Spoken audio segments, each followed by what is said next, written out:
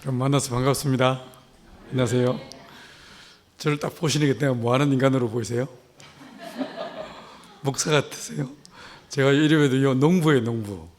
농사 짓는 사람이에요. 제가 농사를 꽤 잘 지어요. 쌀농사도 하고 밭농사도 하고 닭도 기르거든요. 닭을 기르는데 제가 하는 양계법이 지금은 전 세계 한 62개 나라에 보급되어 있어요. 그래서 이 주변에서도 목사님들이 저한테 배워서 양계하시는 분들이 계세요. 제가 밭에서 논에서 막 일하고 있으면요, 손님들이 많이 오시거든요. 저희 그 보훈 같은 경우에 1년에 한 5, 6천 명 이렇게 손님들이 오세요.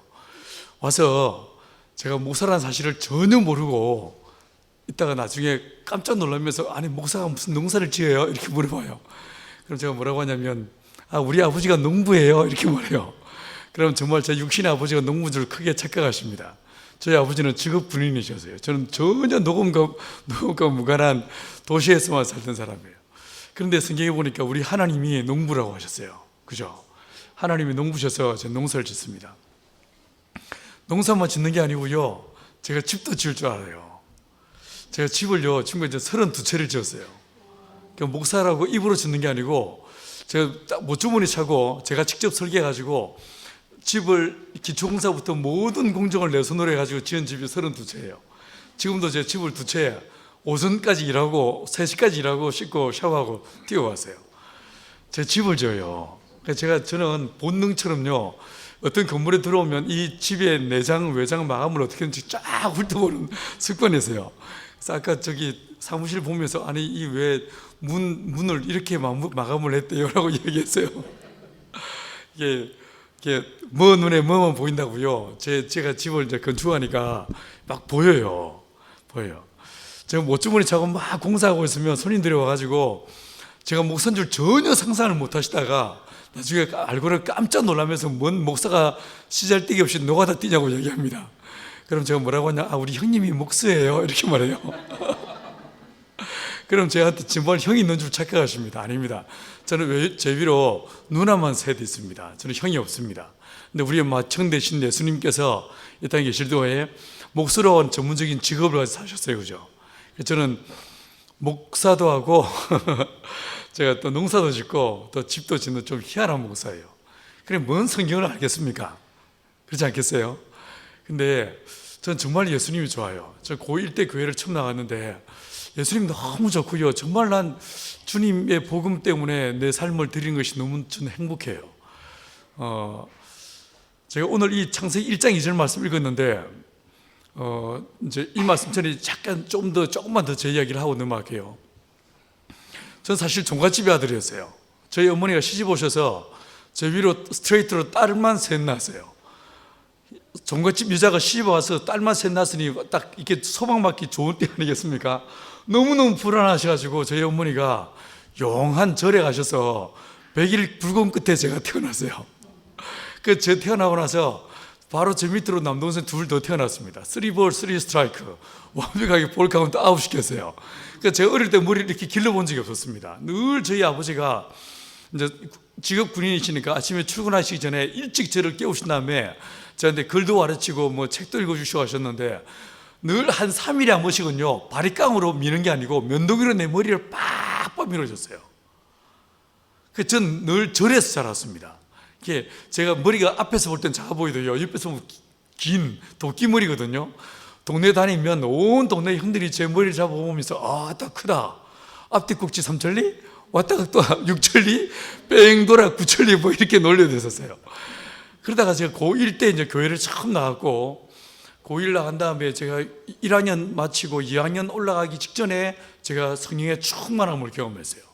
그리고 딱 그때부터 저희 집이 종갓집이니까 1년에 제사가 총 13번 있었는데, 아무도 내게 절하지 말라고 말한 사람이 없었지만 절을 하면 안 되겠습니다. 절을 안 하면서부터 핍박이 시작됐습니다. 정말 죽도록 맞았습니다. 처음에는 이 자식이 미쳤나 이러시더니만, 그 다음 제사가 좀 몇 달 떨어져 있어서 모르는데 바로 그 다음 달 있었어요. 바로 그 다음 달 있었는데 아버지가 한마디 말씀 안 하시다가 딱 제사 끝나고 난 다음에 이리 와라 해가지고 저를 삼촌들하고 저 패기 시작했어요. 정말 거의 매달 제사가 한 번 혹은 2번 있는데 정말 죽도록 맞아봤습니다. 어떨 때는 다음날 아침에 보니까 강목 3개가 부러져 있습니다. 어떤 날은 쇠파이프가 혀지도록 맞아본 적도 있어요. 제가 그때는요, 성경을 보려면 아버님이 잠드신 것을 확인하고 이불을 뒤집어 쓰고 랜턴을 켜고 성경을 봐야 했었어요. 그러다 들켜서 지근지근 밟히고 성경책이 찢겨지고 불태워진 게 한두 번이 아니었어요. 그러다 신학교 가겠다고 하니까 집에서 쫓겨났습니다. 쫓겨났는데 제가 신학교 가서 딱 쫓겨나서 신학교 간 다음에 정말 좋았던 건요, 내가 성경 본다고 누가 때리는 사람이 있습니까? 내가 기도한다고 누가 날 뭐 지근지근 밟는 사람이 있습니까? 이게 너무 좋았습니다. 제가 신학교를 딱 올라가는데 그 버스 타고 입학식 전에 이제 면접 보러 올라가면서 하늘 앞에 제가 뭐라고 말씀드렸냐면요, 주님, 제가 이후로 이 세 가지는 절대 기도 안 합니다. never, 절대 기도 안 합니다. 첫 번째, 제 6남매와 부모님의 구원을 위해서 기도하지 않겠습니다. 대신에 내 젊음을 바쳐서 내 민족, 내 결의에게 복음을 전하는 일에 내 삶을 드리겠습니다 라고 서원을 했어요. 여러분은 20대를 어떻게 보내셨는지 몰라도 전 제 20대의 대부분의 시간을 지리산에서 보냈습니다. 대학 1학년 때 처음 교회를 개최했고요, 2학년 때는 아예 교회 학교 휴학하고 내려가서 다시 교회를 개최했었습니다. 전 교회 처음 개최한 게 예수 믿은 지 3년 반 만에 난 교회를 처음 개최했었어요. 뭔 소리 했는지 모르겠습니다. 근데요, 지금요, 저 6남매 중에 목사가 3명입니다. 선교사가 1명 있습니다. 저희 처가댁 외가 또 저희 친가 다 예수 믿는 가정으로 주님 바꿔놓으셨어요. 주님 진짜 신실하신 분이 우리 하나님이십니다. 제가 두 번째로 뭐라고 얘기했냐면, 하나님, 내가 결혼 후에 기도 안 합니다. 이런 여자 주십시오. 이따위 기도 절대로 안 합니다. 아무나 주면 데리고 살겠습니다. 뭐 키는 몇 센치, 몸무게, 이따위 기도 안 합니다. 절대로 그런 기도 안 합니다. 대신에 그리스도의 몸된 교회 개척하고 섬기는 일에 내 젊음을 드리겠습니다 라고 말했어요. 20대 때요, 서울에 있는 청년들, 대학생들, 선교단체들 여름방학 때마다 2, 3천 명을 모아가지고 지리산 내려가서 교회를 개척하고 전도한 일을 했었어요. 이러면서 이 7년 동안에 교회가 60여 개가 개척되는 걸 보았었습니다. 그런데 어느 날요, 전 사실 저희 집 부모님들이나 저희 온 일가 친척들이 저보고 의대 가라고 했었습니다. 집안 너무 가난한 집안이었고, 제가 저희 집안의 여러 사정 때문에 법관 못 될 거 아셨기 때문에 의사 돼서 돈 많이 벌어서 집안을 일으켜달라고 하셨어요. 그런데 제가 그걸 거부하고 제가 신학교를 갔다고 하죠. 어느 날요, 서울대 의대 나온 여자가 저를 좋아서 따라다녔어요. 그래서 결혼해 줬어요. 세 번째로 내가 뭐라고 했냐면, 주님, 제가 제 필요를 위해 기도하지 않습니다. 뭐 주십시오, 뭐 주십시오, 이따위 기도 절대로 안 합니다. 그의 나라와 그의 의를 구하라 했으니 오직 영혼을 구원하고 주님의 몸된 교회를 위해서 기도하는 것 외에 나는 기도 안 합니다 라고 말씀드렸어요. 근데 하나님 신실하게 나의 인생을 채우시고 공급하셨어요.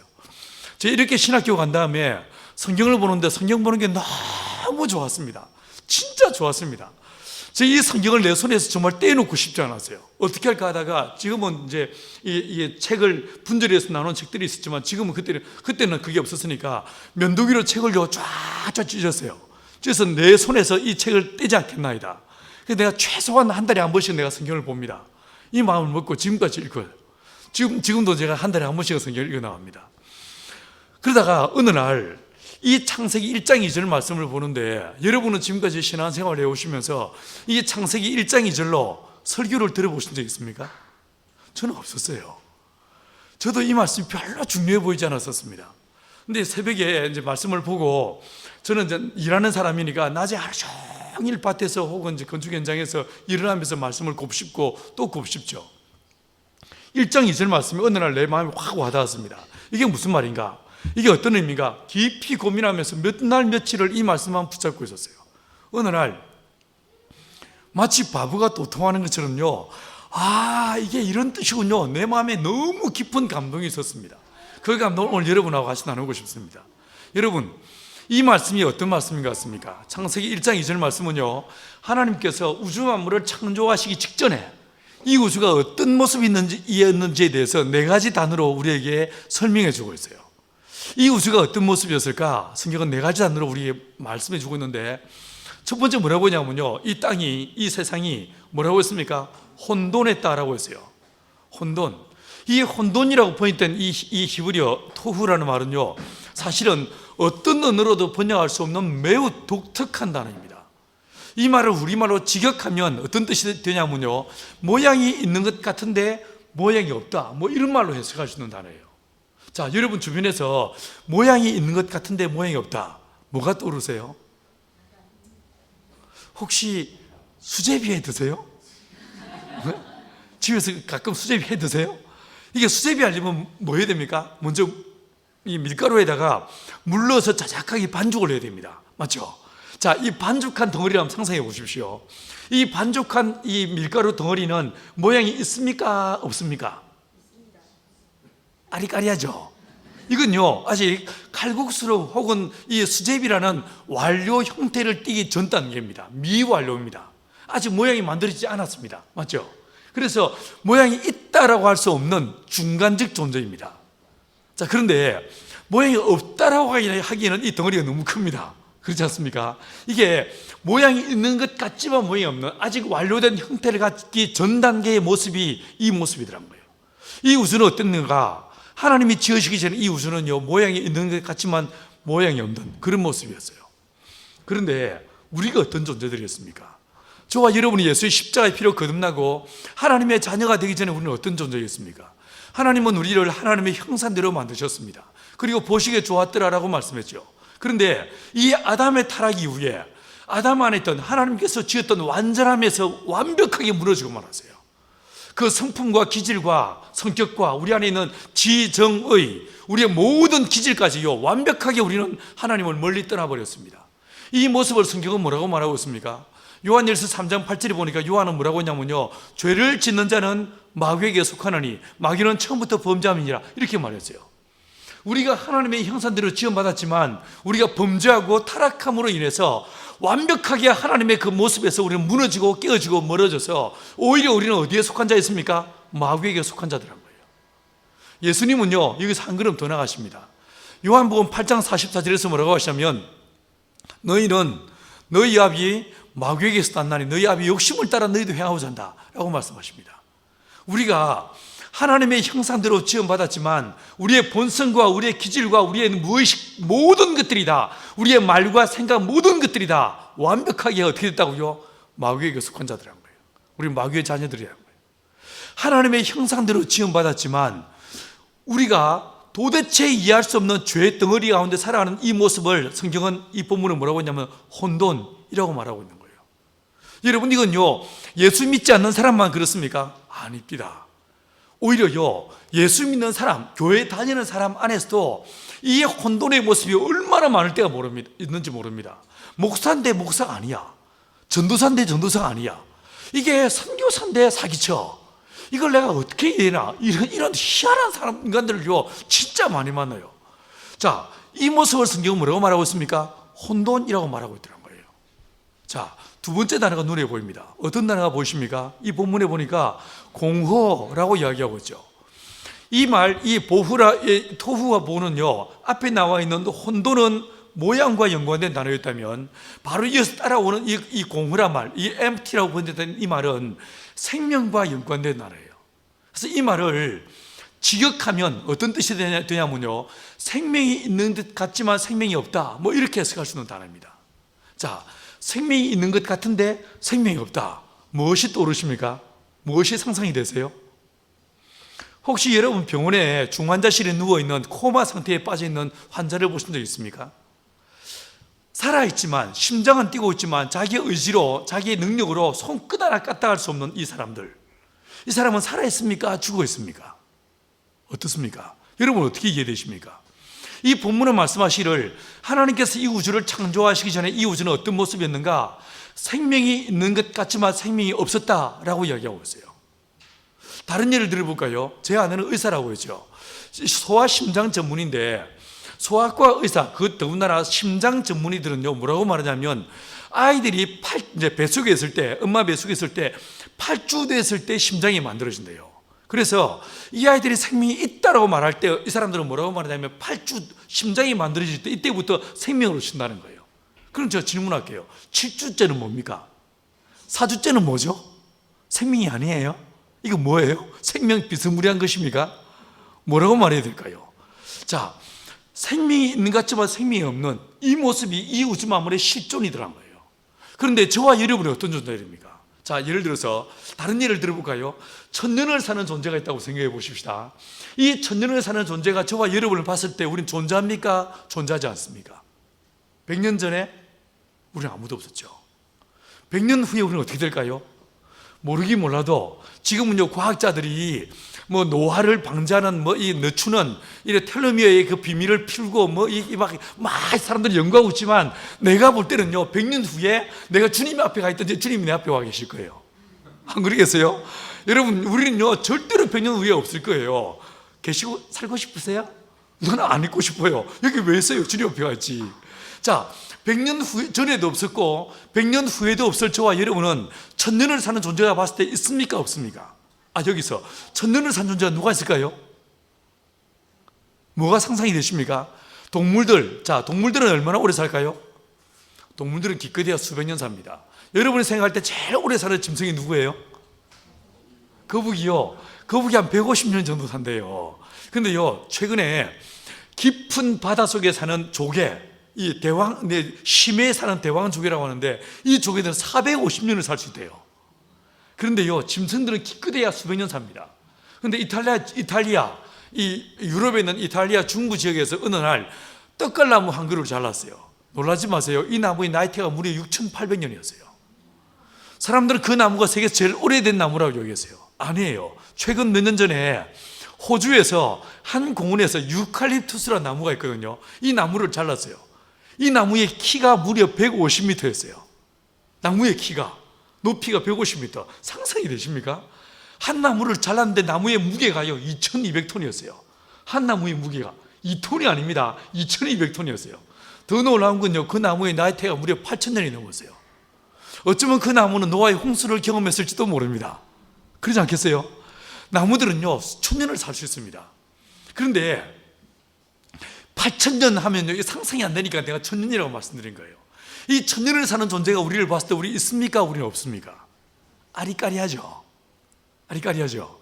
자, 이 문제를 가지고 석시 선생님께서 보리수 아래 앉아서, 석시 선생님 누군지 모르시겠어요? 부처님, 석가모니 선생님께서 이 문제를 가지고 그 보리수 아래에서 고민하다가 내린 결론이 무엇이었습니까? 색즉시공, 공즉시색, 아재아재 발아재 이러셨어요.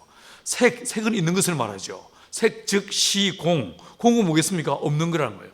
색이 곧 있는 것이 없는 것이고 없는 것이 있는 것이고, 모르겠어, 이렇게 결론을 내리고 마는 거예요. 자, 우리는 있습니까? 없습니까? 우리는 살아있습니까? 죽어있습니까? 에베소서 2장은 말씀하시려 허물과 죄로 죽었던 너희들이라고 얘기했죠. 어느 날 누가복음 9장에서요 59절에 보니까 한 사람이 예수 앞에 왔습니다. 이 사람이 주님, 내가 주님을 따르겠습니다 라고 말하죠. 근데 이 사람이요 한 가지 토를 달았습니다. 뭐라고 말합니까? 우리 아버지가 돌아가셨습니다. 가서 얼른 아버지를 장사 지내고 와서 내가 주님을 따르겠습니다 라고 이야기합니다.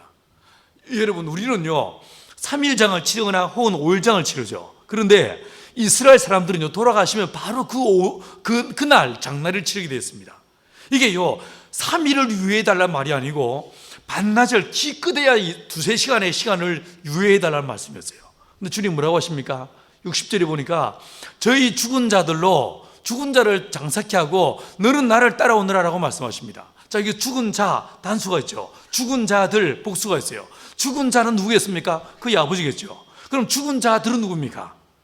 살아있는 것 같지만 하나님과 아무 시랑 관계없어. 아무 시랑 주님과 관계없이 살아가는 그 모든 영혼들을 성경은 뭐라고 말하고 있습니까? 죽은 자들이라고 말하고 있더란 거예요. 여러분, 저와 여러분 살아있었습니까? 죽어 있었습니까? 이 성경은 말하기를 우리가 예수 믿기 전에, 우리가 예수의 십자가의 피로 영원한 생명에 우리가 이 접붙임을 받기 전에 우리는 어떤 존재들이었는가? 죽은 자들이었다라고 성경은 말하고 있어요. 이 본문에서 이 말을 뭐라고 말했습니까? 공허하다, 헛되다 라고 말하고 있는 거예요.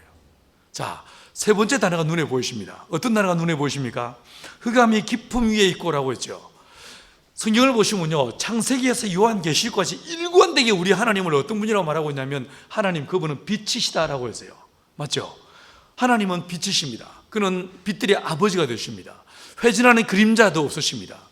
하나님은 빛이십니다. 밤모습에서 사도 요한이 새 예루살렘에 계신 그 우리 하나님을 봤죠.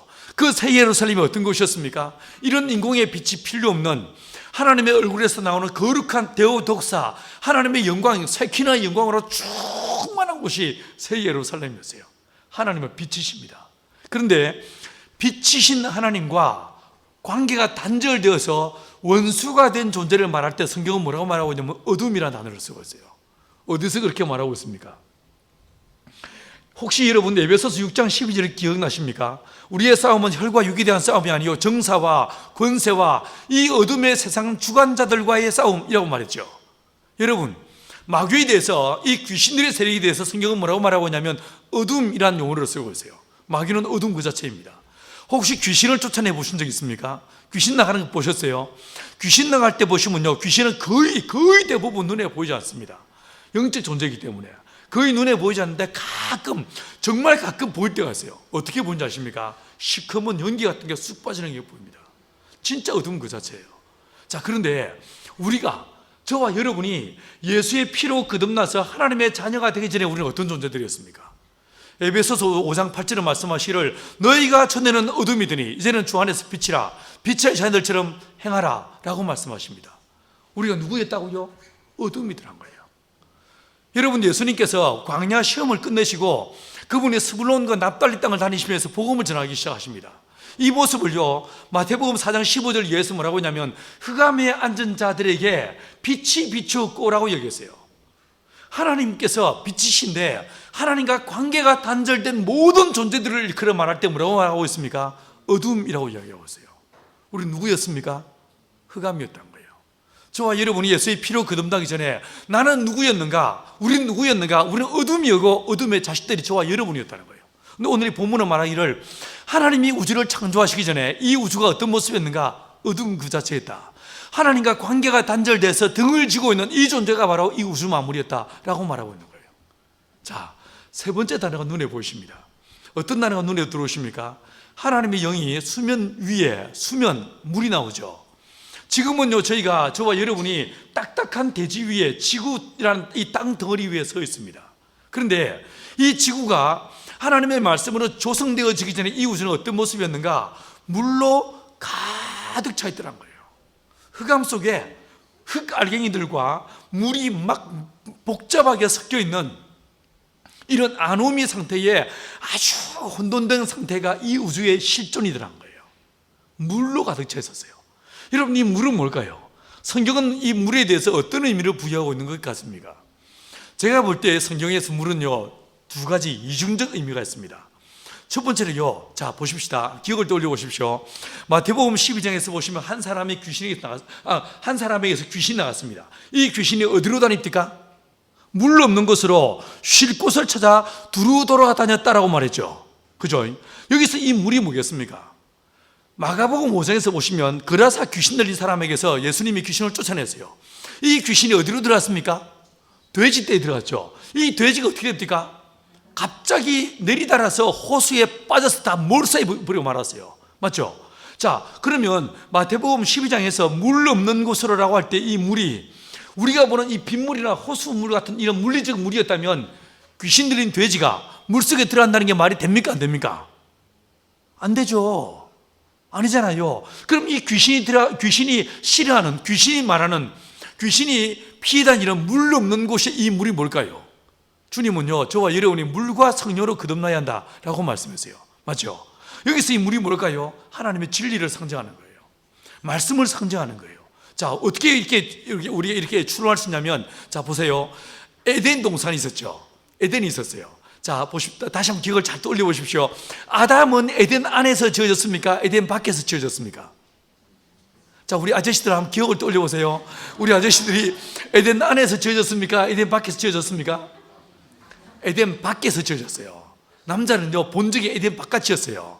창세기 2장에서 보시면요, 에덴 밖은 어떤 곳이었냐면 아직 들에는 경작하는 사람이 없어서 수목이 없었다. 비가 내리지 않았다. 땅에서 안개만 올라와서 자욱했다라고 했습니다. 뭔가 좀 질척거리는, 왠지 좀 지저분한, 거기서 남자가 만들어집니다. 그래서 남자들이 지저분한 거예요. 좀 잘 안 씻고 양말 벗어서 아무 데나 꼽아주고 왜 이런가? 왜 정리가 안 되는가? 도대체 왜 책상 정리가 왜 안 될까?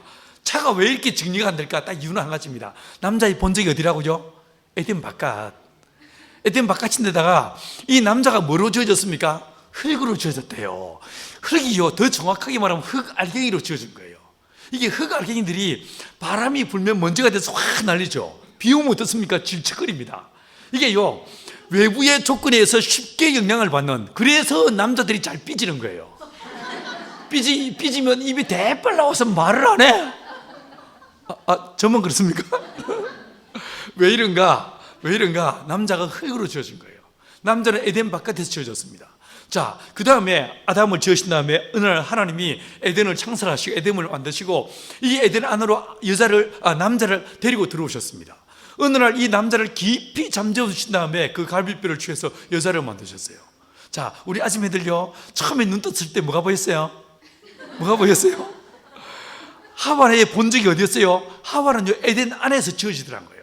수많은 꽃들이 피어있고 새들이 노래하는 너무 아름다운 곳에서 여자는 지어졌습니다. 그래서 여자들은 본능적으로 찍어 바르고 그리고 미를 추구하게 되는 거예요. 여러분, 그래서 여자들은요, 아무리 나이 들어도요, 어머 우리 권사님 너무 예뻐요 이러면 말하면 기분 좋죠. 왜 그런가? 여자들은요, 에덴 안에서 지어졌기 때문에 그런 거예요. 남자와 여자는요, 근본이 다릅니다. 더군다나 여자는 또 원료가 무엇이었습니까? 여자는요, 본 차이나 뼈로 만들어졌어요. 내가 볼 때 굿세라 금수나 이 노래는요, 엄청 성경적 노래예요. 남자와 여자의 근본적 차이가 있습니다. 그런데 여기서 선악을 알게 나무 열매를 따먹지 말라, 이 말씀을 누가 들었습니까? 둘이 같이 들었습니까? 아닙니다. 남자가 있을 때 남자에게만 이 말씀을 들려주셨습니다. 그러면 이 아담은요, 하와에게 1:1 제자양육 성경 공부를 제대로 했어야 됩니다. 하와야, 이리 와봐라, 앉아봐라, 하나님께서 이렇게 말씀하셨어 라고 이야기를 했어야 됩니다.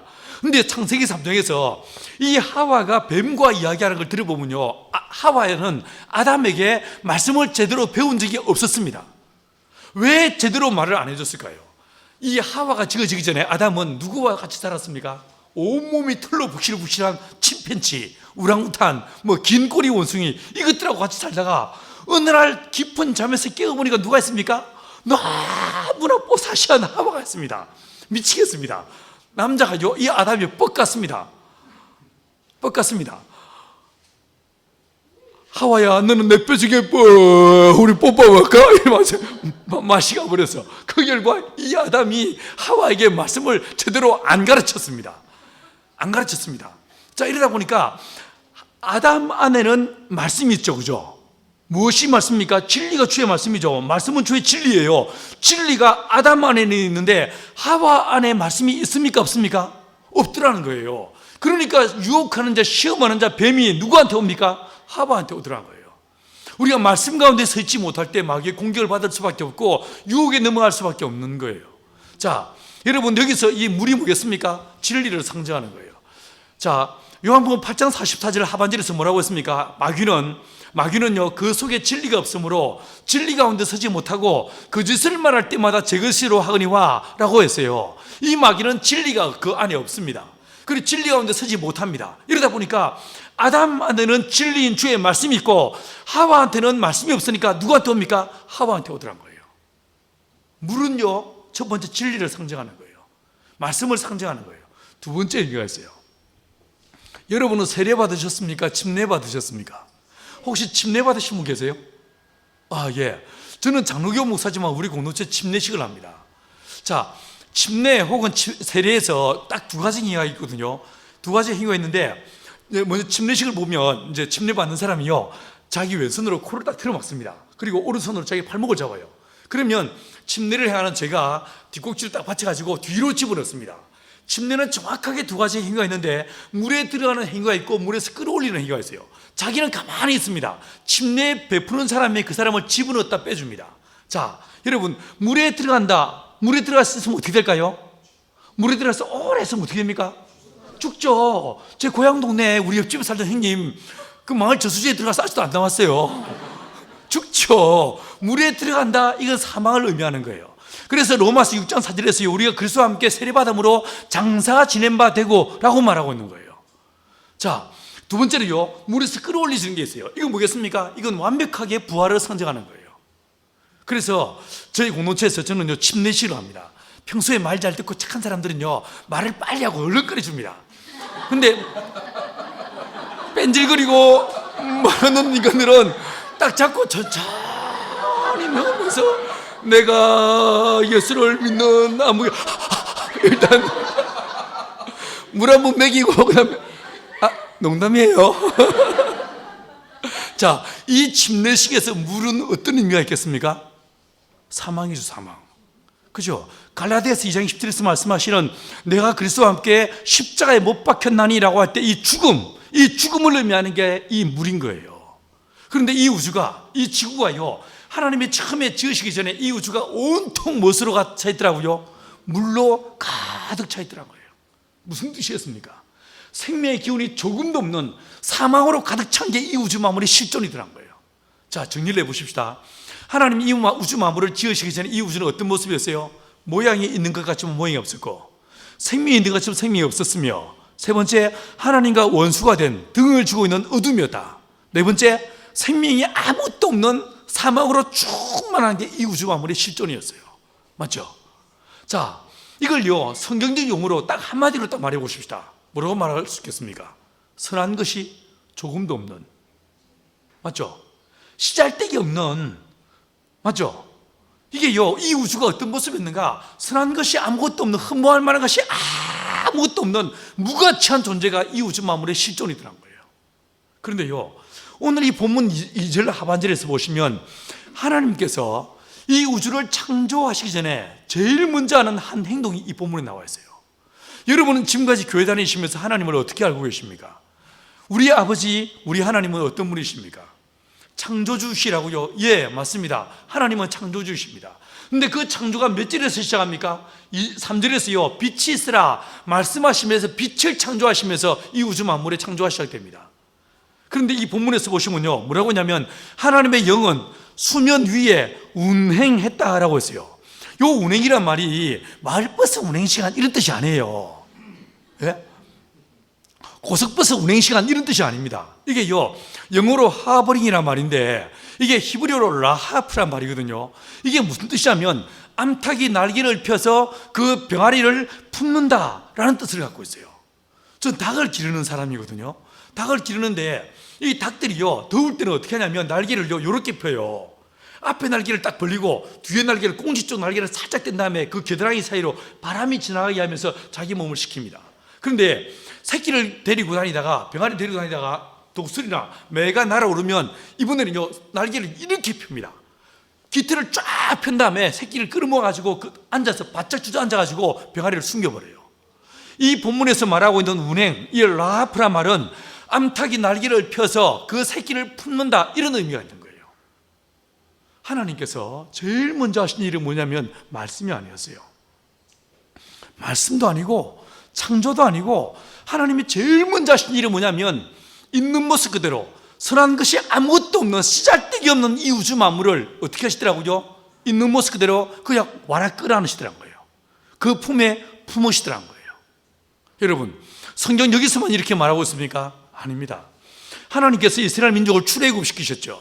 출애굽시키신 다음에 광야 40년을 지내는 동안에 하나님께서 야 이게 맞냐라고 끝없이 불평하고 원망하고 하나님이 진짜 우리와 함께 하시냐고 의심하는 이스라엘 민족을 위해서 내가 너희와 함께 한다, 이 증표로 주신 것이 있었습니다. 무엇이었습니까?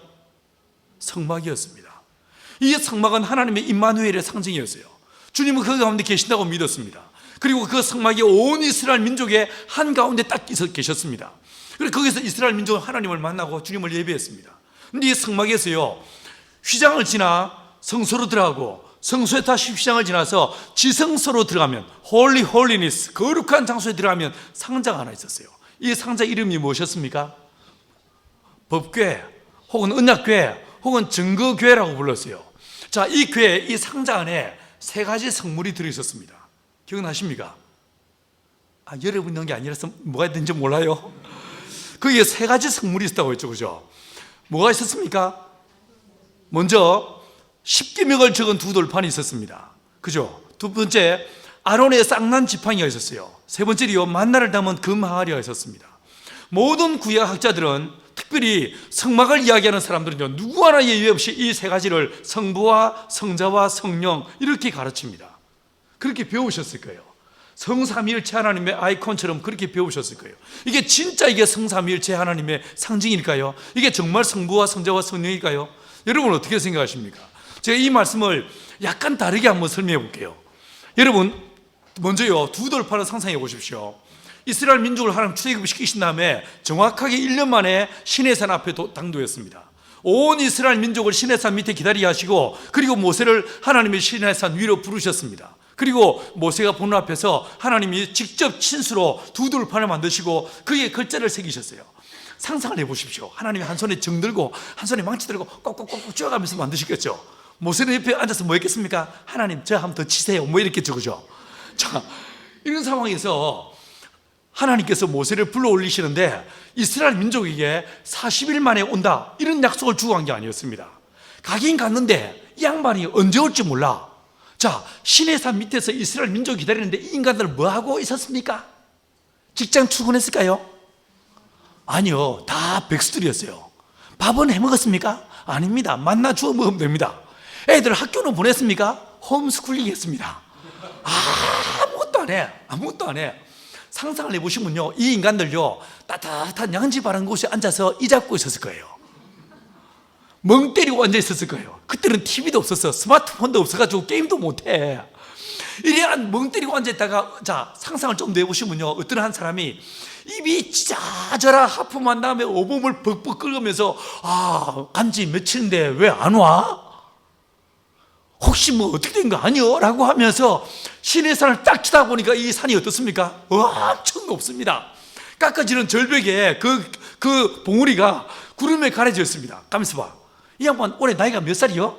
모세 나이가 몇 살입니까? 81살. 미치겠습니다. 혹시 실족사? 아니 뭐 심장마비? 뒷골이 땡깁니다. 이 사람이 옆 사람을 팍 치면서요, 너 혹시 가나안 가는 길 알아? 이렇게 물어봤겠죠. 그 옆 사람이 눈을 몇 번 끔벅인 다음에 뭐라고 했겠습니까? 몰라 이랬겠죠. 야, 내비게이션 가져와 해가지고 내비게이션 가져와서 통합 검색으로 들어가서 가나안 찍어봤습니다. 잠시 후에 검색 불능 주소를 다시 입력해 주세요, 이렇게 이야기합니다. 미치겠습니다. 혹시 잘못 들었나 싶어가지고 글자를 거꾸로 집어넣었어. 자, 가나안을 거꾸로 하면 뭐가 됩니까? 안 나가. 여러분 방향도 몰라? 몇 킬로 남았는지 몰라? 도대체 여긴 어디? 난 누구? 이런 완전히 멘붕 상태에 빠지겠죠.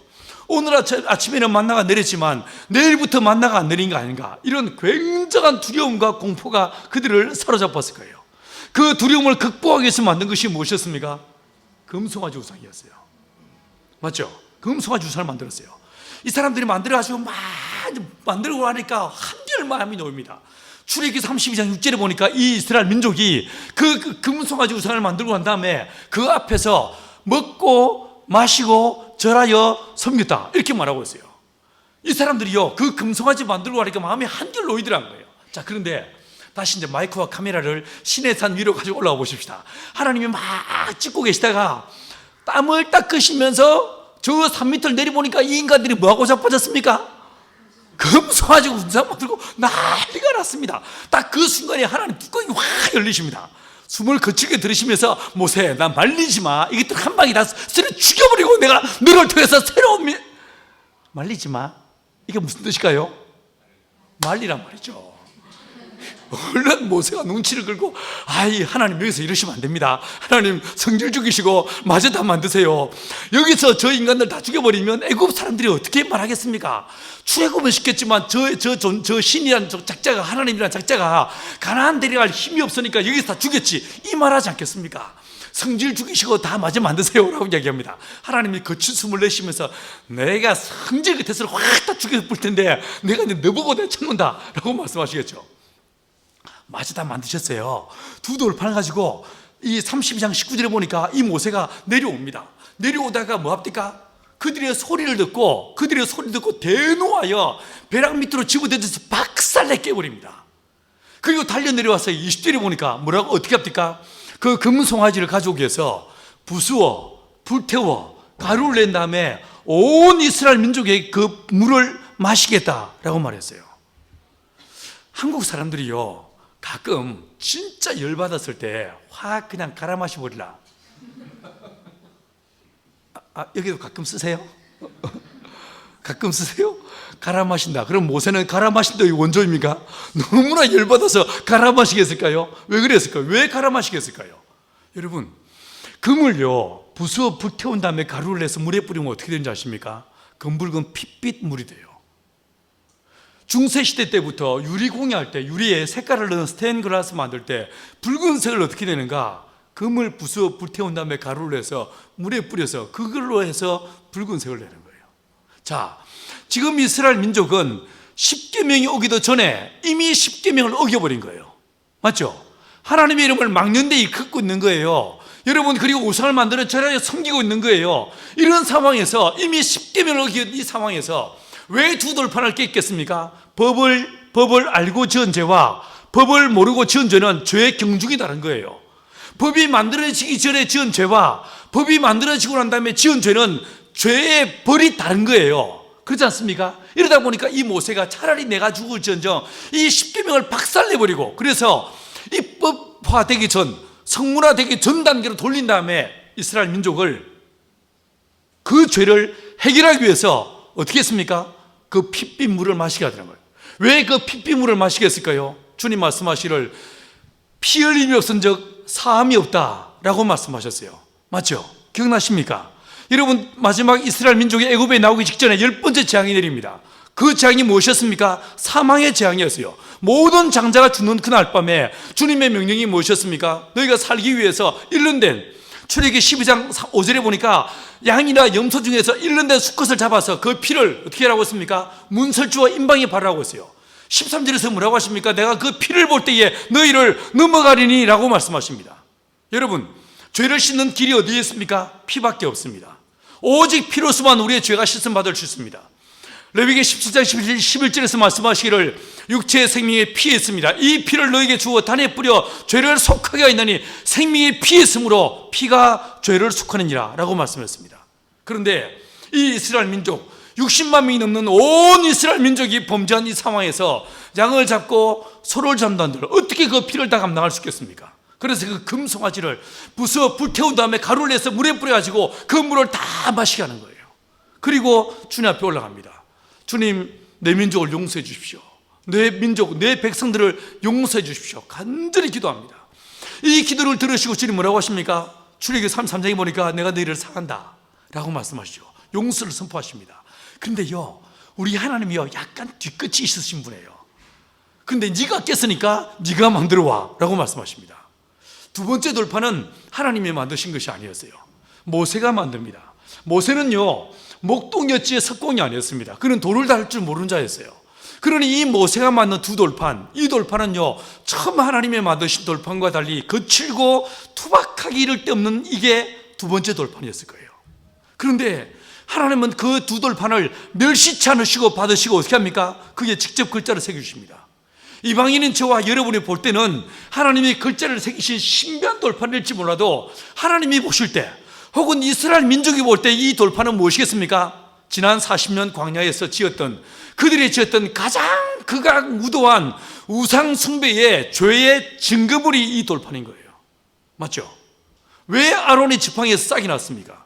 이미 뿌리에서 잘린 지, 그래서 마른 막대기 된 지 수십 년이 지났을 이 막대기에서 왜 움이 돋고 싹이 나고 꽃이 피고 열매가 맺혔습니까?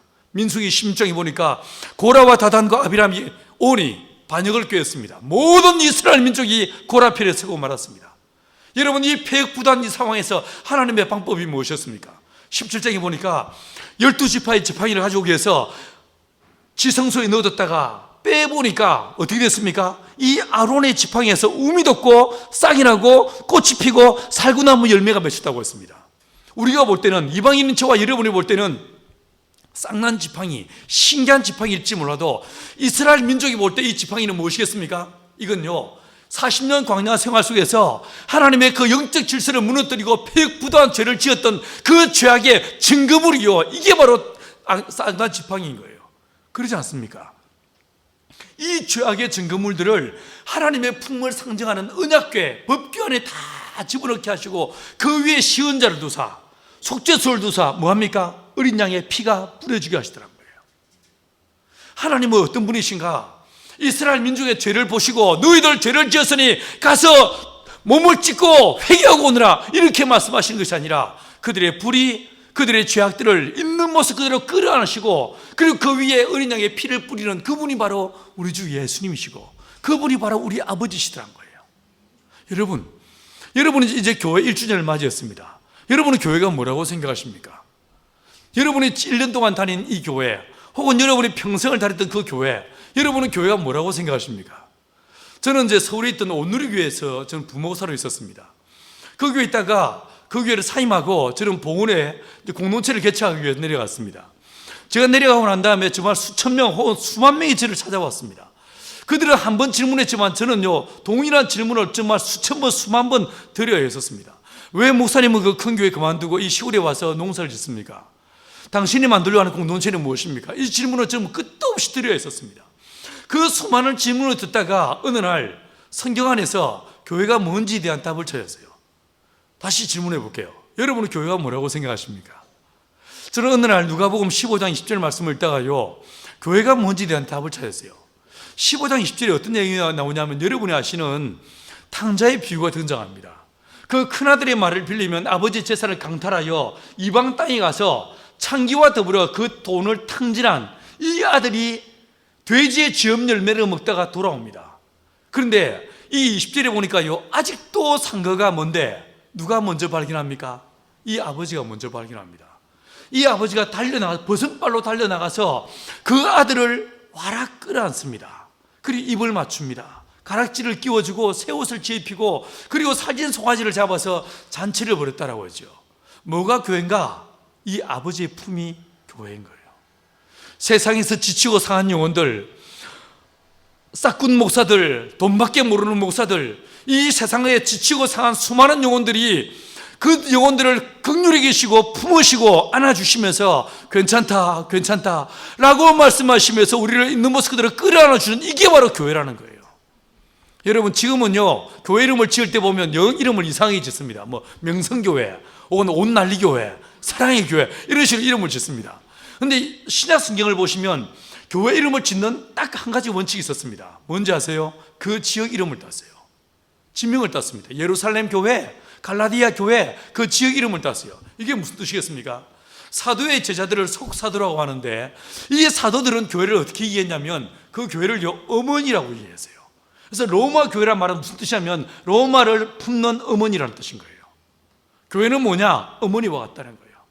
세상 사람들이 저 나쁜 놈, 저 후레자식 하며 다 손가락질하고 침을 뱉을지라도 배 아파난 한 여자 그 어머니만큼은 이 아들 편을 들어주고 대신 욕해주고 괜찮다 괜찮다 지금이라도 정신 차리고 똑바로 살면 된다 라고 품어주고 편들어주는 이게 바로 어머니란 거예요. 뭐가 교회인가? 이 교회는 세상에 지치고 상한 영혼들을 있는 모습 그대로 끌어안아주는 이 어머니의 품과도 같은 것이 바로 이게 교회란 거예요. 여러분 뭐가 성도라고 생각합니까? 누가 성도입니까? 이 하나님의 품, 나를 죄악된 내 모습을 있는 모습 그대로 끌어안아주고 품어주시는 그 하나님의 품을 맛본 자들을 성경은요 성도라고 말하는 거예요. 목사라고 말하는 거예요. 그 은혜와 그 사랑을 맛본 자들이 하나님의 사랑을 힘입어서 또 세상을 품고 이웃을 품는 이 사람들을 기독교인이라고 말하는 거예요. 여러분 제가 온누리교회에 있었다고 했죠. 제가 이제 사실은 저는 시골에 농촌에 제 삶을 드린 자였는데 어느 날 주님께서 너 큰 교회 들어가야 한다 라고 말씀하십니다. 아이고 주님 못 갑니다. 안 갑니다. 뭐 내가 거긴요 저 아니라도 일할 인간들 쎄버렸어요. 갈 사람들 줄을 서 있습니다. 안 갑니다 이랬는데 주님께서 계속 뭐라고 하시면 아니다 너 큰 교회 가야 한다 라고 하시더라고요. 그래서 제가 뭐라고 말씀드리냐면 하나님 한국 농촌에 내 삶을 드린 제가 큰 교회 가는 것은 이게 말도 안 되는 이야기입니다. 난 진짜군요 큰 교회에다가 내 이력서 써가지고 저를 써주세요 이건 내 자존심을 하지 않습니다. 못합니다. 거짓은 못합니다. 그러니까 내가 갈 만한 교회에 있으면 그 교회 당회장이 나를 부르면 내가 그럼 내가 가서 일해주죠 이래서 말씀드렸어요. 근데 진짜 그런 일이 있었어요.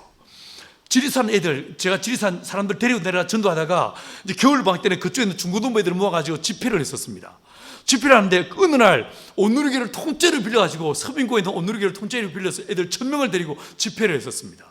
그 집회 끝나는 날 그 돌아가신 하용조 목사님이 저를 오라고 해서 제가 그 교회 들어가서 일을 하게 됐어요. 한 2년 동안은요 배울 게 많았어요. 볼 게 있었어요. 딱 3년 정도 되니까 때려 죽인다 해도 그거 못 읽겠습니다.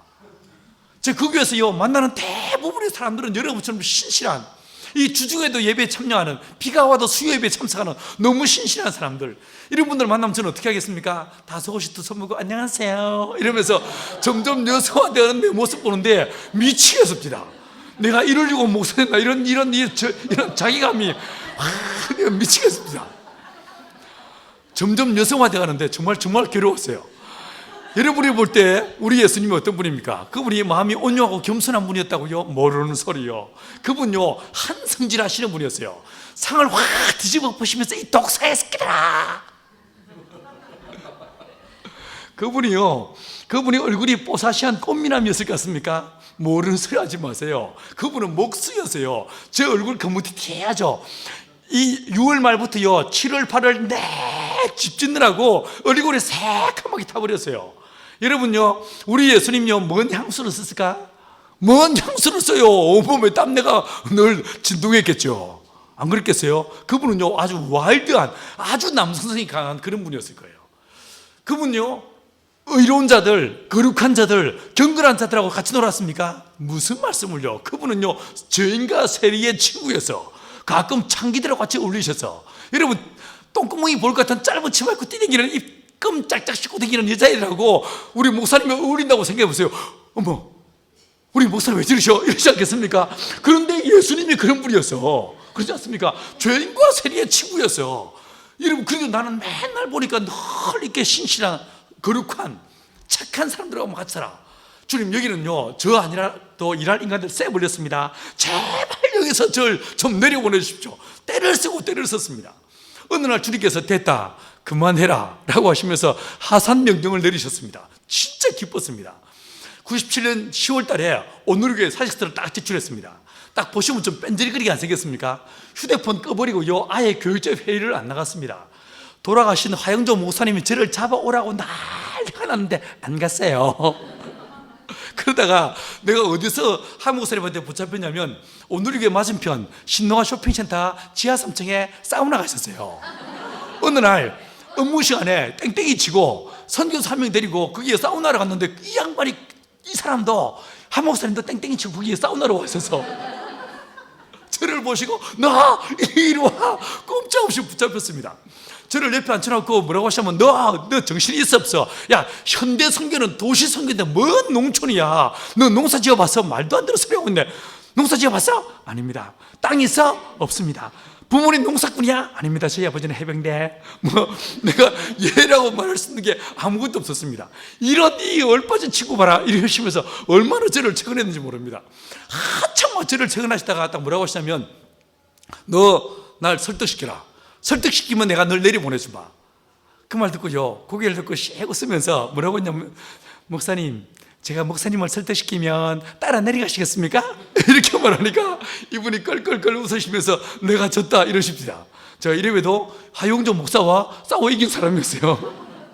그 이후로 이 한 목사님이 저를 볼 때마다 뭐라고 하시냐면 뭐 도와줄까? 야, 진짜 기분 좋다. 뭐 도와줄까? 땅을 사줄까? 아니면 돈을 좀 줄까? 아니면 사람들을 보내줄까?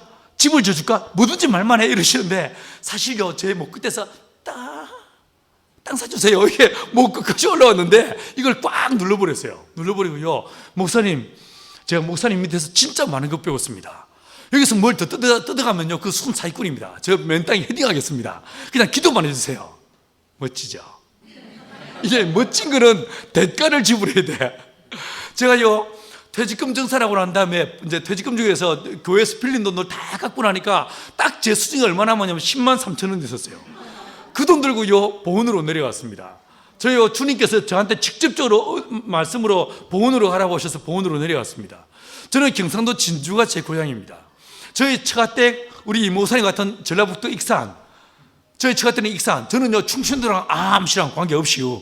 그런데 주님이 보훈으로 가라고 해서 갔습니다. 가긴 갔는데 어디 아는 데가 있습니까? 연고가 있습니까? 전혀 연고가 없어. 제가 평소에 이제 풍수 지리설에 관심이 있어가지고요 풍수 책을 몇 권 본 게 있었거든요. 근데 그 책에 바탕을 두고 반경 4, 5km 내 교회가 없는, 그리고 배산임수에 역사가 1000년 이상 오래된 이런 몇 가지 원칙 가지고 찾다가 지금 있는 그 마을을 찾아냈습니다. 2월 중순에 그 마을을 찾아낸 다음에 됐다. 이 마을에 주님 제가 살면 어떻겠습니까? 주님 허락해 주셨습니다. 어느 날 델몬트 오렌지 주스 딱 한 박스 들고요, 마을회가 문을 열고 들어갔어요. 되게 시골 마을회관은요, 방이 2칸이에요. 왜 2칸인지 아세요? 남녀 7색 부동석. 하나 할매. 마침 제가 들어간 방이 할아버지들 방이었는데 이 어르신들이 다 각기 은사를 따라 놀고 계셨어요. 이쪽에 점당 15짜리 고스톱 치시고, 이쪽에 장기 뜨시고, 이쪽에 TV 보시고, 두루두 주부신 분도 계시고, 각기 은사를 따라 놀고 계신데 문을 열고 들어와서 안녕하세요, 잠깐 실례하겠습니다 하고 이제 딱 들어가니까 누구요? 하고 깜짝 놀라는데 오렌지 주스를 다 넣고 엎드려 컨절한 다음에 무릎 꿇고 앉아가지고 엄청 불쌍한 표정을 지으면서 안녕하세요, 저 농사 지러 왔는데 혹시 안 쓰는 땅이 좀 빌려주시겠어요? 이렇게 이야기가 시작됐습니다. 좀 지나니까 옆방에서 할머니 다 몰려오셨어요. 누가 왔어? 이러면서 다 몰려 앉으시더니만 마치 청문회 하는 것처럼 저게 질문을 쏟아놓기 시작했어요. 고향이 어디요? 성은 뭐요? 결혼은 하셨어? 부모님 살아 계신가? 한참을 물으시다가 한 분이 씩 웃으면서 잘렸어? 제가 졸지에 직장 다니다 잘린 사람으로 그 동네에 소개됐어요. 내가 얼른 눈치채고 제가 잘렸어요. 도대체 살 길이 없어가지고 농사지러 내려왔어요. 이렇게 말씀드리니까 거기 요즘 잘린 인간 많더라. 농사 지을 수 있겠어? 이거 장난 아닌디? 이러시는데 그 땅만 빌려주시면 내가 열심히 배워가면서 하겠습니다 라고 말씀드렸어요. 한참 지난 다음에 한 분이 뭐라고 하냐면 저기 내과를 지나 언덕을 넘어서 왼쪽으로 들어가 보면 거기 밭이 하나 있다. 가서 보고 쓸만하면 쓰라고 하셨어요. 얼마나 감사한지 넙죽 엎드려 건질하고 냅다 뛰어가 봤습니다. 아무리 찾아봐도 밭이 없어. 그냥 숲이야, 숲. 못 찾고 내려오니까 이분들이 뭐라고 하냐면 왜 그게 밭이 아니여? 10년 전만 해도 좋은 밭이었어. 10여 년을 농사를 안 지어서 제 팔뚝만한 잡목이 숲을 이루고 있는 거기를 밭이라고 빌려주셨어요. 그래서 그게 어딥니까? 공짜인데. 그 밭에 이제 나무를 다 잘라내고 돌 굴러내고 농사를 짓기 시작했습니다. 아무도 내가 목선 줄 몰랐습니다. 가끔 동네 지나다니면요, 강씨 요즘 뭐여? 콩 심으려고 준비 중이에요. 콩 심을 줄 알아? 콩은 세 알씩 심는겨. 하나는 새 주고 하나는 짐승 주고 하나는 네가 먹는겨. 아무도 내가 목선 줄 모르다가 여름 방학이 되면서 제 정체가 탄로가 났습니다. 서울에 있던 사람들이 바캉스 갔다가 휴가 갔다가 올라오는 길에 제가 보원에 있는 걸 아니까 찾아왔어. 전화를 합니다. 아무리 전화를 해도 그때만 하더라도 우리 동네가 요 전파의 사각지대였어. 신장로에서 우리말로 딱 들어가면 어떤 휴대폰도 터지 않는 전파의 사각지대였어. 아무리 전화를 해도 전화가 안 되니까 동네 분들한테 수소문했습니다. 여기 혹시 강동진 목사님이라고 계세요? 이렇게 물었어요. 여러분, 제가 목사란 사실을 숨기고 은둔에 살고 있으면 저를 접선하러 왔을 때 용어를 조심해야 되지 않겠습니까? 강동진 사장님이라든가 아니면 강 선생님 이랬어야 되는데 이 철다선이 없는 사람들이 강동진 목사라고 하니까 그냥 말이 목사요? 이러면서 제 정체가 탄로가 났습니다.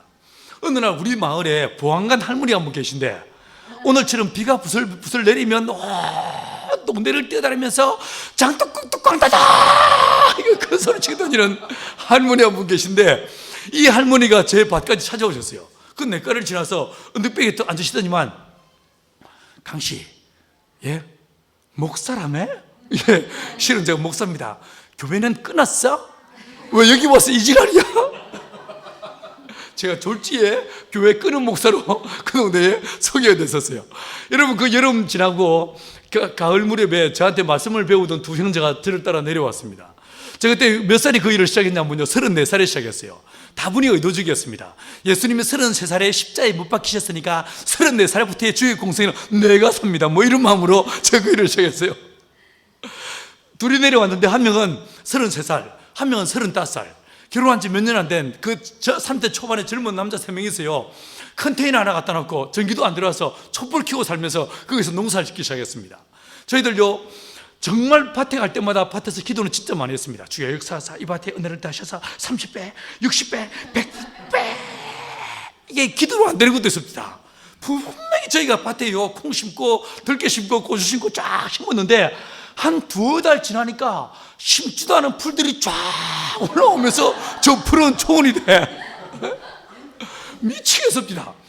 동네 분들이 한 2년 동안은요 그냥 지켜보셨어요. 참 젊은 것들이 희한하게 농사짓네 이러면서 지켜보시다가 딱 2년 지날 때부터 저 더러운 놈들이 게을러 터져가지고 그냥 제 주장 확 찌그리면 다 풀 다 잡을 때 지금 뭐한 짓거리인지 모르겠어. 어디 서울 본부에서 돈을 대주니 좋다고 농사짓지 얼마나 욕먹었는지 모릅니다. 마누라 고생시키는 더러운 놈들 진짜 욕 많이 먹었습니다. 저희들요 진짜 억울했어요. 저희들 제가 보십시오. 제가 게으르게 생겼습니까? 저희가 농사를 딱 시작하면서 하나님 우리가 창조 질서를 회복시키는 유기농업에 친환경에 좋은 말은 다 갖다 붙였습니다. 그런데 어떤 강론도 없었습니다. 여러분이 아시다시피 목사라는 인간들은요 입으로 먹고 사는 인간이지 지 손으로 뭔 짓을 해봤겠습니까? 잘 모르세요? 여러분 그 둘 중에 한 명은요 컴퓨터 프로그래머 그 인간 그 보드라운 손으로 자판이나 두들겨봤지 뭐 해봤겠습니까? 또 한 명요 제가 그때 내려가기 전에 서울대 농대에서 이제 농대 그 성경을 가르치고 있을 때였는데 그때 저한테 피싱을 당한 친구였어. 이 친구 유학 갔다 온 지 얼마 안 된 시간 강사였는데 유학 갔다 온 지 얼마 안 돼가지고 세상 물줄 모르는 어리버리한 이 친구를요 어느 날 내가 딱 잡아가지고 너 여기서 왔죠 뭐겠어 서울대 교수밖에 되겠어 나와 함께 이 농촌의 민족의 농촌을 원래 목사들이 뻑이 세잖아요. 제 말에 혹해서 내려왔어. 나는요 이 친구 내려올 때 나는 진짜 기대가 컸어요. 우리 공동체에 농대 박사했어. 농업 끝났어. 얼마나 자신만만했는지 모릅니다. 근데 어느 날 이 친구 첫 온 날 그 다음날 데리고 밭에 나갔습니다. 형제 이거 어떻게 해? 라고 하니까 이 친구 급당황하면서 목사님 저는 연구소에서요 DNA 연구했는데요 이 인간 농대 박사인데 호미질 한번 해본 적 없고 낫질 한번 해본 적 없어. 씨 한번 뿌려본 적도 없어. 아무것도 몰라. 내가 믿을 걸 믿지. 저희들요 1년 사실요 전요 밭에서요 진짜 풀을 잡 매기 위해서 최선을 다했습니다. 원래 그런데요 일 못하는 인간들이 꼭 타이밍을 놓쳐. 노래 못하는 것들이 꼭 반박자 쳐져. 안 그렇습니까? 원래 풀이란 거는 막 돋았을 때 비 오기 전에 호미 등 높이 가서 박박 긁어버리면 풀 다 잡히잖아요. 근데 꼭 비를 두세 번 맞춰. 그럼 이게 뿌리가 깊이 활착이 돼서요 호미질하면 호미도 안 됩니다. 어떻게 하겠습니까? 호미 집어 던져버리고 쥐어 뜯기 시작합니다.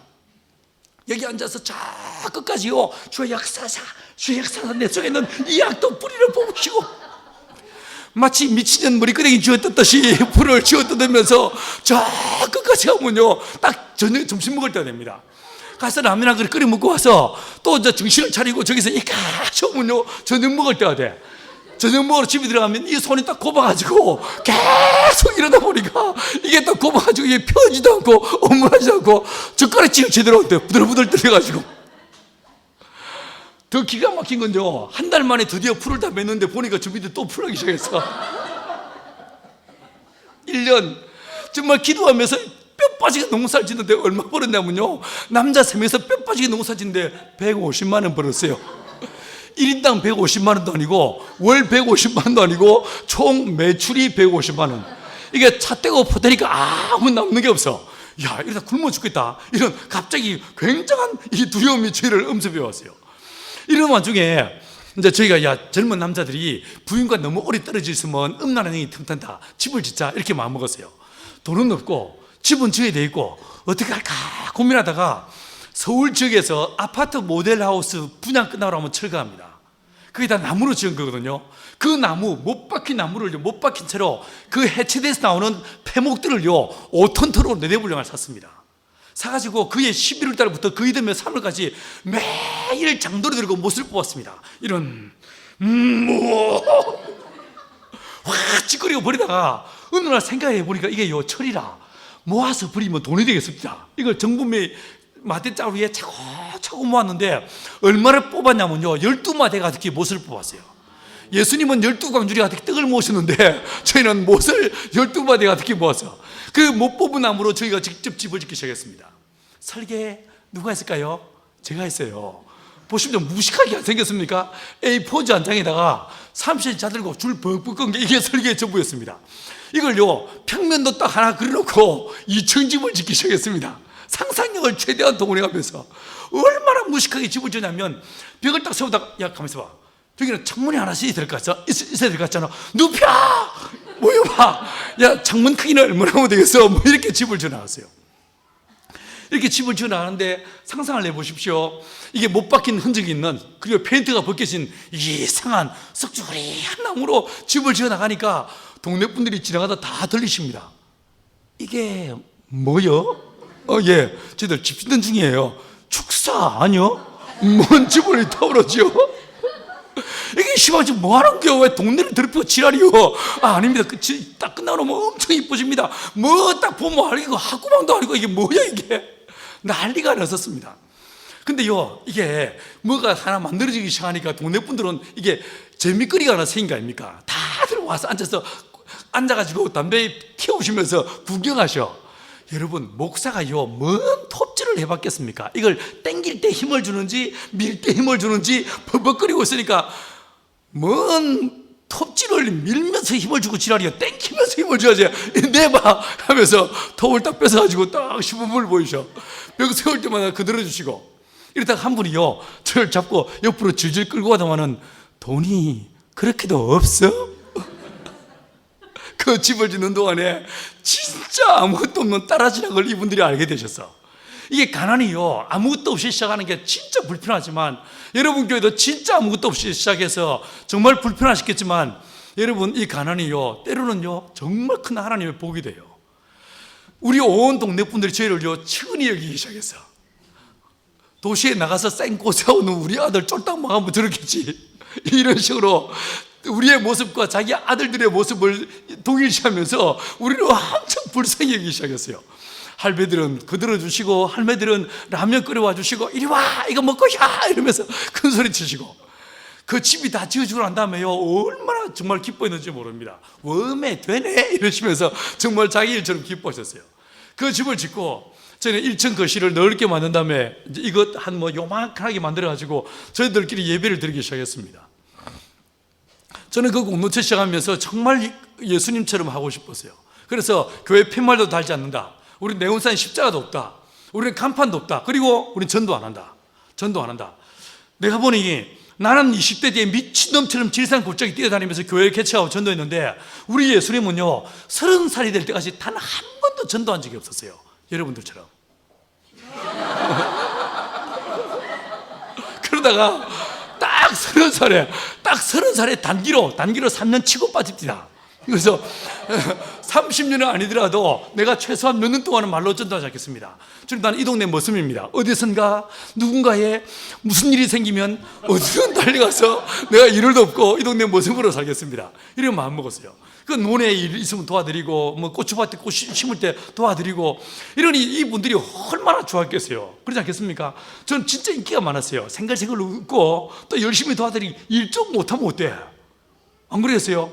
일 좀 못하더라도 아주 단순한 일부터 하기 시작하면요 정말 이분들이 좋아하셨어요. 그리고 야 이건 강씨 이거 이래도 돼? 이러면서 뭐 먹고 살아? 이러면서 얼마나 저를 불쌍히 여기시면서 대신에 정말 사랑해 주셨어요. 저희들끼리 막 예배를 드리고 있는데 어느 날요 이제 찬양 시작하고 막 예배가 시작됐는데 저 뒤에 문이 빼꼼히 열리면서 나도 와도 돼야? 이러면서 누가 오셔서 보니까 그 보안관 할머니였어요. 아이고 할머니 어서 오세요 불러드렸습니다. 그 이후로 이 보안관 할머니가 온 동네 할매들 드시고 다니면서 노원이 뭐여 와봐 강씨 이야기 진짜 재밌어 이러면서 재밌으세요? 온 동네 분들을 다 모시고 왔어요. 다른 할매들은 조용히 앉아서 설교를 들으시는데 이 보안관 할머니는 설교 시간에 단 한 번도 그냥 넘어가는 법이 없었습니다. 어느 날요 바디메오 눈 뜨는 장면을 신나게 풀어가지고 재밌게 막 이야기하고 드디어 이제 주님이 안수하시고 딱 눈 뜨는 장면 딱 갔는데 이분이 뭐라고 했냐면 강씨 봤어? 뭐 본 것처럼 이야기하고 지랄이요. 내가 뭘 봐요. 어느 날은 제가 뭔가 좀 이제 논리적인 이제 교리적 설교를 하기 위해서 첫째, 둘째, 셋째 하고 이제 결론을 딱 내리려고 하는데 이 할머니가 손을 씩 들죠. 강 목사, 오늘은 당최 뭔 말인지 모르겠어. 처음부터 다시 한번 해봐. 나는 결론을 내리는데 다시 서론으로 나서 다시 얘기해. 근데 그 할머니가요 뭐라고 하냐면 그 연말 돼가지고 내가 강 목사 설교 들어볼게 예수가 누군지 알겠네 이러면서 세례 받으셨어요. 또 한 분은 이제 80대 초반의 어르신이었는데 이분은요 마을 이제 우리 면장을 지내신 분인데 마을 유지셨어요. 근데 이분은 술만 드시면 저를 찾아오셔. 술만 드시면 찾아와서 뭐라고 하시면, 강 목사, 맨정신에 진리를 논한 건 아무나 할 수 있어. 술 한잔하고 알딸딸한 정신의 진리를 논해야 그게 진짜요. 소주 한잔 할까? 이러면서 술을 권하시는 그분이었어. 근데 이분이 어느 날요, 내가 이제 노래 간다고 딱 가는데 딱 붙잡아 세워있으면 뭐라고 하냐면, 강 목사, 꿈 해몽할 수 있어? 이러시는 거예요.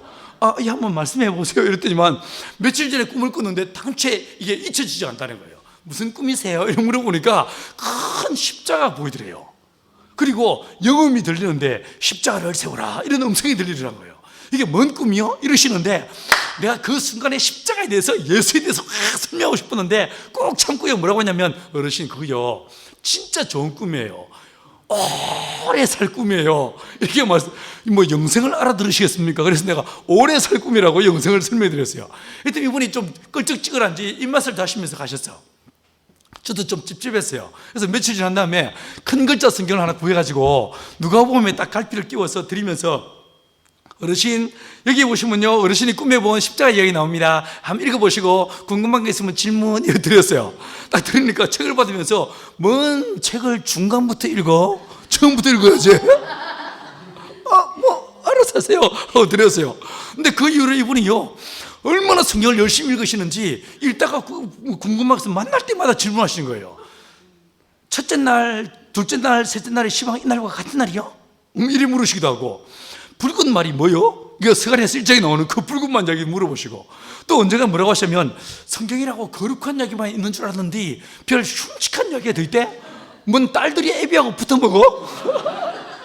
모압과 암몬의 이야기를 읽으시고 그렇게 질문하시는 거예요. 일단 이분이 그의 말에, 내가 강 목사님 주신 책 읽어보니 예수가 누군지 알겠습니다 라고 하면 세례받게 되셨어요. 이렇게 해서 2년 반 지나니까 마을의 반 이상이 예수를 믿기 시작했어요. 마을 이장님이, 목사님 우리 마을 회관 2층 비었습니다, 필요하면 쓰세요 라고 말할 정도로 정말 저희가 잘 살았어요. 근데 나는요 교회가 아니었어요. 나는 정말 공동체를 하고 싶었어요.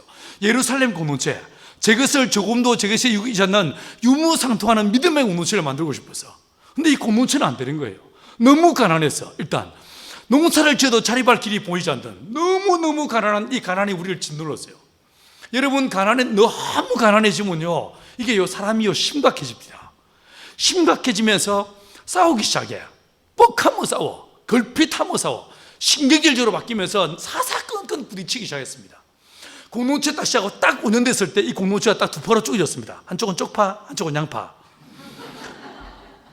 왜 쪽파와 양파냐면, 기독교 공동체니까 100% 공유하자, 이게 양파였고, 아니다 희년의 원리를 따라 부분 사유를 인정하자, 사유와 공유의 조화를 꾀하자, 이게 쪽파였습니다. 2002년 전국이 월드컵으로 떠들썩할 그 해에 저희는 두 파로 쪼개졌고 모일 때마다 싸웠습니다.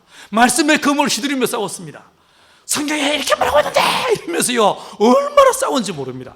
싸우다 우리가 내린 결론은, 우리는 가까이 하기에 너무나 먼 당신이다, 우리의 사랑은 이까지다, 이쯤에서 끝내자 이렇게 됐습니다. 이게 더 이상 진행할 수 없다, 우리가 해체하거나 둘로 쪼개기로 마음먹었습니다. 마지막으로 1박 2일로 모여서 싸우고 그 회의의 결과를 따라 해체하거나 둘로 쪼갠다, 이렇게 결론을 내렸어요. 첫날 아침 먹고 싸웠습니다. 점심 먹고 싸웠습니다. 저녁 먹고요 새벽 1시 반까지 싸웠어요. 세상 사람들 술 마시면 해말도 하고 해말도 한다는데, 내가 뭐 예수이들은 술도 안 마시고 맨정신에 해말도 하고 해말도 합니다. 그날 1시 반쯤 됐을 때 어떤 사람은 눈에 실핏줄이 터지고요, 우리 내일 모일 필요 없어, 내 전세금 돌리다, 난리가 났었습니다. 그러나 하나 앞에 이틀 모이기로 했으니까 다음날 또 모였어요. 아침 먹고 또 싸웠어. 점심 먹고 또 싸웠습니다. 여러분, 그날 저녁 먹을 때 됐는데 저희가 그렇게 싸우고 되면서도 뭔 정신인지 하루 세끼 밥을 같이 먹었어.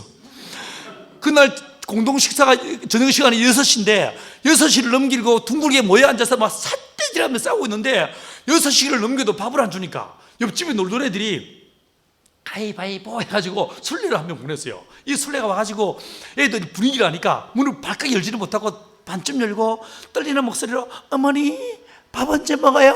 가있어! 쫓아내고, 걔 가까고 한 10분쯤 지났을까 둥글게 모여서 삿대질하며 싸우고 있는데 그 자리에 성령이 임하셨어요. 저희는 부흥회하다가 성령 받은 게 아니었어요. 특별 새벽기도 하다가 성령 받은 게 아니고 싸우다 성령을 받았어요.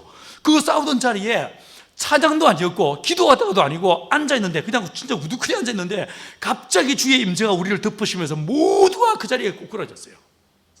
누가 기도합시다 이런 말을 한 사람도 없었어요. 모두가 그 자리에 꼬꾸라지면서 통회하며 자복하기 시작했습니다. 여러분, 우리 기독교인들은 하나님의 임재를 갈망합니다. 그리고 노래합니다. 소원하죠. 진짜 주님의 임재를 경험해 보신 적 있습니까? 하나님의 임재가 우리 가운데 다가오시면 어떻게 되는지 아십니까? 이사야서 6장에 보니까 우시아가 죽던 그 해에 이사야가 하나님의 지성소 성전으로 나갔습니다. 그가 주님의 임재를 보았습니다. 그의 고백이 무엇이었습니까? 화로다 나여 망하게 되었다. 입술이 부정한 백성으로서 만군의 여호와의 얼굴을 배웠다라고 얘기합니다. 여러분, 주님의 임재가 우리 가운데 딱 오시는 순간에 제 기억으로요, 내 속에 모든 죄가 다 떠오르는 거예요. 내가 이 죄를 회개 안 하면 죽을 것 같아. 땅을 치고 가슴을 치고 통회하며 자복하며 주여 내가 죄인입니다. 주여 내가 죄인입니다. 내가 죽일 놈입니다. 나를 용서해 주십시오. 근데 보니까 나만 그런 게 아니었어요. 모두가 다 그 자리에 꼬꾸라졌고 통회하며 자복하기 시작했어요. 그 기도회가 6시 반이 되기 전에 시작됐는데 나중에 정신을 차리고 눈을 떠보니 밤 12시 반이 넘었습니다. 그 긴 기간, 그 시간 동안에 하나님께서 우리 모두를 회개자를 이끄셨고 어린 양의 피를 우리 덮으시면서 그 회개의 시간에 우리 어떤 사람은 병고침이 나고 어떤 사람은 방언이 터지고 어떤 사람은 환상을 보았습니다. 그 기도의 끝자락에, 통회 자복의 그 마지막 끝자락에 한 사람을 통하여 하나님의 말씀이 우리 안에 대언되어졌어요. 3가지를 말씀하셨어요. 주님 첫 번째로 하시는 말씀이, 얘들아 난 너희들의 참 좋은 하나님이다. 내가 너희들을 불렀다 라고 말씀하셨어요. 여러분은 여러분의 인생의 주인이 누구라고 생각하십니까? 여러분의 가정의 주인이 누구라고 생각하십니까? 이 교회의 주인은 여러분 누구라고 생각하십니까? 여러분, 저는요, 내가 이 공동체를 시작했다는 말이, 물론 말은 그렇게 안 했죠. 하나님이 이 공동체를 시작하게 하셔서 라고 말했지만 내 깊은 곳에 내가 이 공동체를 시작했지라는 마음이 나는 있지 않겠습니까? 아니라는 거예요. 하나님이 이 인생에, 내 인생에, 이 공동체의 주인이시라는 거예요. 하나님의 로드십을 강하게 이야기하셨어요. 여러분, 여러분의 인생의 주인, 여러분의 가정의 주인, 여러분의 자녀들의 인생의 주인이 누구신가? 우리 하나님이시라는 거예요. 함께하는 이 교회의 거룩한 주인이 누구신가? 우리 하나님, 그분이 이 교회의 머리가 되시고 주인 되신다는 거예요. 할렐루야. 여러분, 이어서 주님 두 번째로 말씀하시기를, 얘들아 내가 너희들을 안다 라고 하셨어요. I know you. 이게 무슨 뜻이겠습니까? 여러분, 저희가 지난 4, 5년 동안에 기도하지 않았겠습니까? 주님 우리 좀 도와주세요. 우리 좀 도와주세요. 기도하지 않았겠습니까? 주님 이번에 이 농사는 진짜 잘 돼야 됩니다. 이렇게 기도하지 않았겠어요? 기도해도 아무 역사가 나타나지 않아. 기적은 그냥 입에 풀칠을 할 수가 없어. 여러분, 저야 음성을 듣고 내려왔다 하더라도 내 지체들 생각해 보십시오. 그 30대 초중반에 좋은 직장 다니는 사람들이 그거 다 그만두고, 그 유학 갔던 그 친구 고향이요 군산이었어요. 군산이었는데 그 집안, 진짜 찢어지게 가난한 집안에 논 팔고 밥 팔아서 미국 유학 보내서 드디어 이제 학위 받고 서울대 시간 강사로 들어왔어. 그 어려운 자리에 들어왔어. 근데 이 인간이 땅 한 표 없는 그 봉원에 내려갈 때 그 부모들이 뭐라고 생각했겠습니까? 저 미친놈, 사이비 같은 목사한테 쏘가가지고 인생을 망친다, 이런 말 하지 않았겠습니까? 근데 그 부모들 앞에 두고 보십시오 라고 했지만 보여드릴 게 없었어. 우리 애들이 태어났는데, 그 형제의 아이가 태어났는데, 둘째가 태어났는데 이 자매가 모유가 잘 안 나오는 자매였어요. 매식일 저기에 젖이 없어. 우유 살 돈이 없어가지고 애가 빽빽 배고프다고 우르대는 모습을 지켜봐야 했었어요. 정말 피눈물 나는 시간들이 저희들의 시간이었어요. 여러분, 이런 어려움의 시간을 겪으면서 우리 안에 어떤 마음이 있었겠습니까? 이게 주님의 뜻이 아닌가? 이게 주님의 길이 아니었는가? 내가 음성을 잘못 들었는가? 이런 마음 들지 않겠습니까? 그 깊은 마음속에 마치 하나님이 우리의 기도에 귀를 막고 계신 것 같은, 여러분들 중에서는 그 분란과 분교의 그 교회에서 정말 고통스러운 시간들을 보내다가 이 교회에 오신 분 계실 거예요. 여러분의 그 4, 5년의 그 교회의 분란과 역경과 어려움 가운데 여러분 교회를 위해 기도했겠죠. 그런데 아무 일도 일어나지 않아. 아무 일도. 더 교인들은 흩어지고 교회는 더 아파하고 마음이 무너지고 우리 자식들 보기에 부끄러운 그 교회를 다니면서 진짜 하나님은 살아계신가? 그런 마음 들지 않으셨어요? 저희들이 그랬어요. 여러분, 저희가 기도해도 아무 역사가 나타나잖아. 기적은커녕 입에 풀칠을 못하겠어. 여러분, 이게 진짜 주님의 길이 맞는가? 마치 우리 기도에 주님의 귀를 막고 계신 것 같은 이런 버림받은 고아의 마음이 우리 안에 있었어요. 근데 주님 우리가 하신 말씀이 I know you, 내가 너희를 안다는 거예요. 여러분의 지금 이 인생을 살아오는 동안에 여러분의 삶 속에서 겪었던 수많은 고뇌와 절망과 그 잠 못 이루는 고통, 기도하지만 아무 일도 일어나지 않는 그 절망과 비탄의 사망의 음침한 골짜기를 걷는 것 같은 그 절망의 시간들을 누가 안다고요? 하나님이 아신다는 거예요. I know you, 내가 너희를 안다라고 하셨어요. 저는 그 음성을 들으면서 얼마나 많이 울었는지 모릅니다.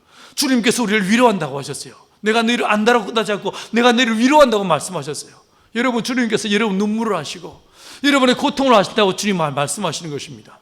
세 번째로 주님께서 하신 말씀이 내가 이 공동체를 통해서 영광을 받으시겠다고 말씀하세요.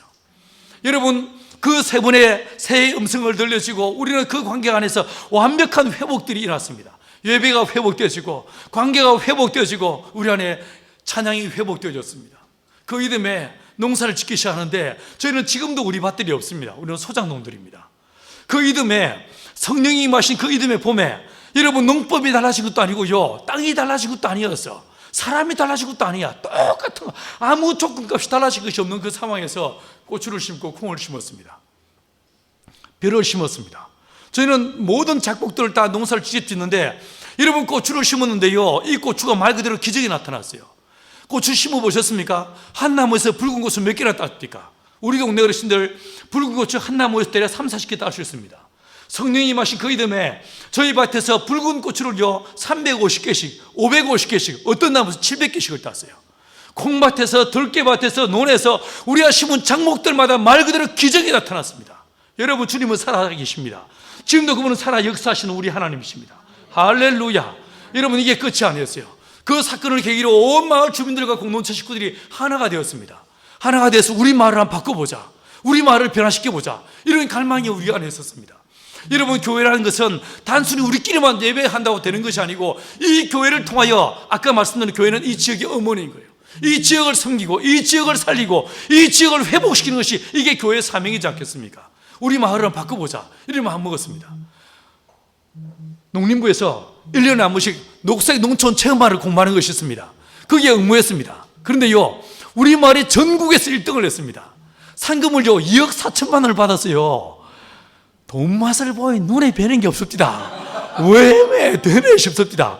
이래가지고 아예 우리 마을에 대한 장기 발전 계획을 짰습니다. 우리 마을의 주거 환경을, 우리 마을의 에너지 환경을, 우리 마을의 상수도 환경을 8가지 파트로 80페이지 기한서를 짰어요. 원래 목사들이 뻥이 세잖아요. 18억 예산서를 짰습니다. 온 동네 어르신들 지장을 찍고 도장을 찍은 다음에 이걸요 행자부 장관께 보냈습니다. 이게 우연한 계획 행자부 장관 손에 들어갔고, 이게 우리 마을에 저희가 올린 예산은 18억이었는데 우리 마을에 24억 7천만 원이 들어왔어요. 할렐루야. 여기서 끝나지 않았어요. 여러분, 산림청에 사는 산촌 생태마을로 선정돼서 18억 예산이 또 들어왔습니다. 무려 40억이 넘는 예산이 이 마을에 들어와서 마을의 길을 새로 만들고 담장을 개량하고 부엌을 개량하고 지붕을 개량하고 마을 전부가 달라지게 되었습니다. 여러분, 우리는요 실패한 공동체였어요. 우리는 싸우던 사람들이었어요. 우리는 못난이들이었어요. 그러나 우리 하나님 우리를 더럽다 멀리하지 않으시고 약하다 꺾어버리지 않으시고 주님께서 그 성령을 우리 가운데 보내셔서 우리를 하나 되게 하시고 우리 공동체 안에 예배가 회복되어지게 하시고 이 마을 전부가 달라지는 은혜를 경험하게 하셨어요. 그게 끝이 아니었어요. 저희가 하는 농업이 자리가 잡히게 하시면서 아까 처음에 모두에 말씀드린 대로 하나님께서 저한테 닭을 기르게 하시는데 이 양계법이 진짜 특이해가지고요, 아무 어떤 더위에서도 어떤 추위에도 까딱없는 환경을 초월하는, 냄새도 안 나는, 병에도 걸리지 않는 이런 식의 양계를 하게 만드셔서 이 양계가 전 세계에 62개 나라에 이게 보급되게 됐어요. 저 뒤에 앉아있는 자매를요 지난번에 네팔에서 만났어요. 네팔에서 만났는데 형제가 네팔 사람이거든요. 제가 네팔에 집회하러 갔다가 세미나를 갔다가 만났었어요. 네팔에 지금 양계장이요 5번째 양계장이 지어졌습니다. 이 양계장이요 북한에도요 12군데나 지어졌습니다. 저희가 이 농업만이 아니고 풍력 발전기를 직접 만들어서 에너지를 자가 발전할 수 있는 이런 기술도 저희가 갖게 하시고, 물을 정화해서 황토물 먹고 흙탕물 먹으면서 이 수인선 전염병에 아파하는 수많은 아프리카인들을 살리는 하나님의 은혜의 도구로 저를 사용하시고 있어요. 여러분, 우리는 실패한 사람들이었어요. 그러나 하나님, 그분이 우리를 더럽다 멀리하지 않으시고 약하다 꺾어버리지 않으시면서 그 피 묻은 손길로 우리를 안아주시고 우리를 붙잡아 주셔서 이 공동체에 생기를 불어넣으시고 성령을 보내셔서 하나 되게 하신 다음에 열방을 섬기는 믿음의 공동체로 주님 사용하고 계십니다. 여러분, 이 교회가 이제 1년 되었습니다. 이 교회가 하나님의 품, 우리를 있는 모습 그대로 품으시고 끌어안으시는 아버지의 품이 되어서 이 원주를 품고 강원도를 품고 열방을 품는 귀한 주님의 품으로 쓰임받는 믿음의 교회가 될 수 있게 되기를 간절히 축원합니다. 기도하시겠습니다. 한번 합심해서 한번 기도하십시다. 여러분, 주님은 우리의 과거를 묻지 않으시고 나도 나를 용서할 수 없고 나도 나를 정말 싫어할 수밖에 없는 늘 죄구덩이에 죄악 가운데 살아가는 우리지만 하나님 우리를 더럽다 멀리하지 않으시고 괜찮다 지금이라도 정신 차리고 지금이라도 믿음으로 서면 된다 말씀하시면서 우리를 안아주십니다. 그래 주님께서 이 교회를 우리를 불러주셨습니다. 하나님께서 내 심령을 우리 가정을 붙잡아 주시고 주의 생기로 충만케 하셔서 주여 우리가 믿음으로 서게 하시고 아버지의 품 안에서 주님을 향한 첫사랑이 회복되게 하시며 우리 안에 예배가 회복되게 하시고 기도가 회복되게 하시고 주님을 향한 거룩한 감사가 회복되는 우리 교회 되게 하여 주옵소서. 주님 베푸신 이 사랑을 힘입어 이제 우리 열방을 품는 교회 되게 하여 주옵소서. 이웃을 품는 믿음의 교회 되게 하여 주옵소서. 한번 주의라고 크게 주를 부르시고 다 같이 기도하며 나가시겠습니다. 주여, 하나님 아버지, 은혜와 사랑을 감사합니다. 싸우던 저희들, 못난 저희들을 더럽다 멀리하지 않으시고 성령을 보내셔서 하나 되게 하시고 기적을 경험하게 하시고 열방을 품게 하셨던 주님을 찬양합니다.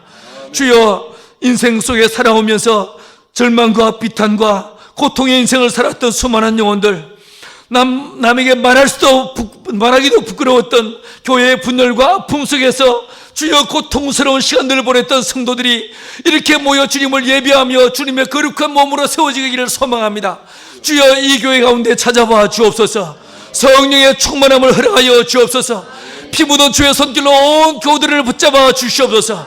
그리하여 우리 안에 주님을 향한 첫사랑이 회복되게 하여 주옵시고 감사와 찬송과 예배가 회복되어지게 도와주시옵시며 그리하여 이 교회가 성령 충만한 가운데 이웃을 품고 민족을 품고 열방을 품는 거룩한 교회 되게 하여 주옵소서. 그렇게 하실 주님을 찬양하옵고 예수님의 이름으로 감사하며 기도 올리옵나이다.